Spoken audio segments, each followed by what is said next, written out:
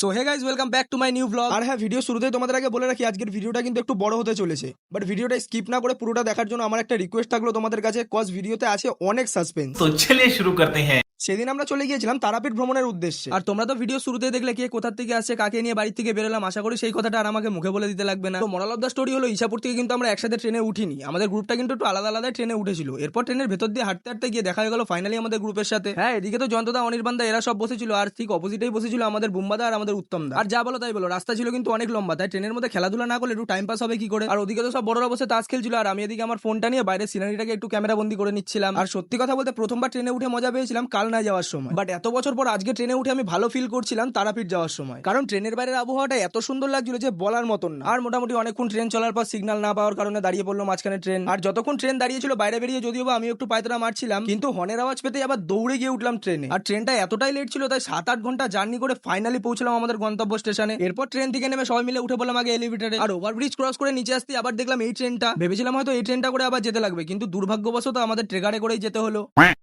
তো এরপর ট্রেকার থেকে নেমে হাঁটতে হাঁটতে গিয়ে পৌঁছলাম একটা হোটেলে, আর হোটেলের রিসেপশনটা কিন্তু মোটামুটি ভালোই লাগছিল। খালি এবার দেখার বিষয় যে হোটেলের রুমগুলো কেমন হবে, আর রুম দেখার দায়িত্বটা আমার উপরেই পড়েছিল, তাই জন্য দাদার সাথে চটপট বেরিয়ে বললাম রুম দেখতে যাবো বলে। আর রুমের ভেতরে এন্ট্রি মারতে দেখলাম রুমটা বেশ বড় আছে, আর সবাই একসাথেও থাকা যাবে, তাই ভাবলাম চলো এই রুমটাই নেওয়া যাক। এরপরে নিচে গিয়ে সব দাদাদের বলতে ফাইনালি ওরাও চলে আসলো রুমে। আর রুমে ঢুকে তো সব যে যার মতন ফ্রেশ হতে ব্যস্ত হয়ে গেছিল, আর আমি তো ভাবছিলাম যে কতক্ষণে একটু বিছনায় পিঠটা ঠেকাবো। আর এদিকে বুম্বা দেখো রুমে ঢুকে এখনো ফ্রেশ হতে পারেনি, তার আগেই ফকাদার পেছনে লাগতে শুরু করে দিয়েছে। আর আমি বিছনা দিয়ে উঠে ফ্রেশ হয়ে আগে নিজের একটু লুকটা ঠিক করে নিলাম। আর ট্রেনে এত বিকট বিকট খাবার উঠছিল তাই বেশি কিছু খাওয়া দাওয়া করিনি, আর খিদেটা পেয়ে গেছিল খুব জোরে, তাই সবাই মিলে ডিসাইড করা হলো রাতের খাবার যতক্ষণ না আছে ততক্ষণ চলে একটু মুড়ি চানাচুর খেয়ে খিদেটা মেটানো যাক। আর হ্যাঁ, তোমাদের একটা কথা আগে আমি বলে দিচ্ছি যে মাঝখানে কিন্তু অনেক জিনিস আমরা করেছি, আর অনেক দাদাদের অবজেকশন ছিল, তাই সেটা ভিডিওতে দেখানো কোনোভাবেই সম্ভব না। হ্যাঁ, সাইডে গ্লাসগুলো দেখে হয়তো তোমরা বুঝতে পারছো যে কিসের কথা বলতে চাইছি, বাট ছাড়ো, বাদ দাও, তোমরা খালি রুটি মাংসের ক্লিপটাই দেখে নিও। তো এরপরে খাওয়া দাওয়া কমপ্লিট করে ফাইনালি আমাদের পুরো গ্যাংটা নিয়ে বেরিয়ে পড়লাম। আশা করি তোমরা সবাই বুঝতেই পারছো তারাপীঠে গেছি মানে এত রাত্রে কোথায় যেতে পারি। এরপর শ্মশানের ভেতরে ঢুকতেই আগে একটু মায়ের দর্শন করে নিলাম, এরপরে মায়ের সাথে অনেক ভালো মন্দ কথা বলে মায়ের পায়ে নিজের মাথাটা ঠেকিয়ে ফাইনালি ওখান থেকে আমি বিদায় নিলাম। এরপরে শ্মশানের পুরো ভেতরে এন্ট্রি মারতে দেখি জয়ন্তদা এখানে নিজের আবার একটা পার্টনারও জোগাড় করে নিয়েছে। না, এরপরে জয়ন্তদাকে আমাদের সাথে নিয়ে নিলাম, আর এদিকে ছিল আমার বিট্টু ভাই, আর এদিকে ছিল আমাদের সুকুদা, আর এদিকে ছিল আমাদের উত্তমদা। এরপর সবাইকে সাথে করে নিয়ে ফাইনালি শ্মশান ঘোরা শুরু করলাম। আর কিছু দূর যেতে না যেতে চোখে পড়লো এরকম একটা দৃশ্য, আর দূর দিয়ে যখন দেখে নিই যে সামনে গিয়ে দেখবো না তা তো হতেই পারে না। আর সামনে গিয়ে দেখেও কিন্তু আমি কিছু বুঝতে পারিনি, কজ আমি তো এত কিছু জিনিস বুঝি না। এটা আমার মতে যতদূর সম্ভব বলে এটা তন্ত্র সাধনাও হতে পারে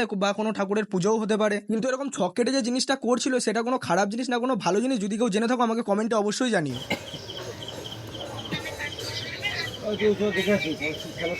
তো এরপর ওখান থেকে বেরিয়ে দেখা হয়ে গেল আমাদের কিছু সাধু সন্ন্যাসীদের সাথে, যারা আমাদের অনেক কিছু বলেছিল কিন্তু কিছুই আমার মাথায় ঢোকেনি। তোমরাও একটু শুনে দেখো, তোমরা যদি কিছু বুঝতে পারো। মনের ব্যাপার, তুমি গিয়ে মন শান্তি তো সব। তারপরে হচ্ছে জয় দত্ত।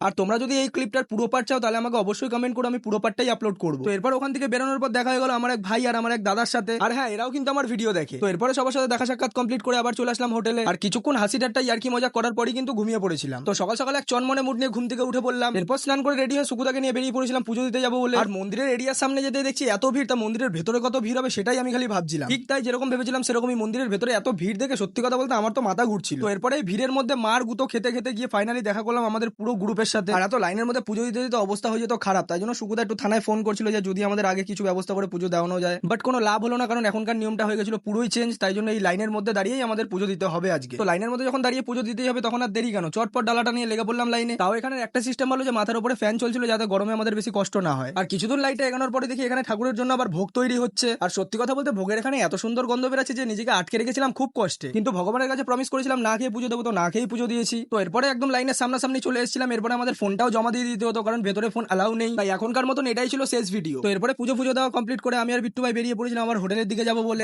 এখন আমরা ক্লান্ত শরীর নিয়ে বাড়ি ফিরে যাই, আর ভিডিওটা ভালো লাগে like follow share and subscribe করে দিও। বাই।